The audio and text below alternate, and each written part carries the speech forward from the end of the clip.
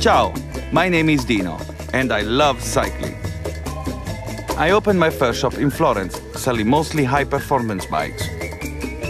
Business was pretty good, so I opened another shop in Torino, and then another one in Rome.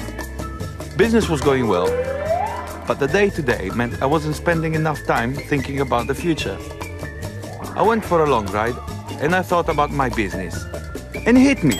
I needed more flexible ways of communicating. Managing my business just needed to be made simpler. So I went to Vodafone, and they brought all my communications together, allowing me to work where and how I needed to. Now, my business communications work together in perfect alignment. And my customers, well, they're loving my new stripped-down simple bikes. My bike business is back on track, and I'm back on my bike.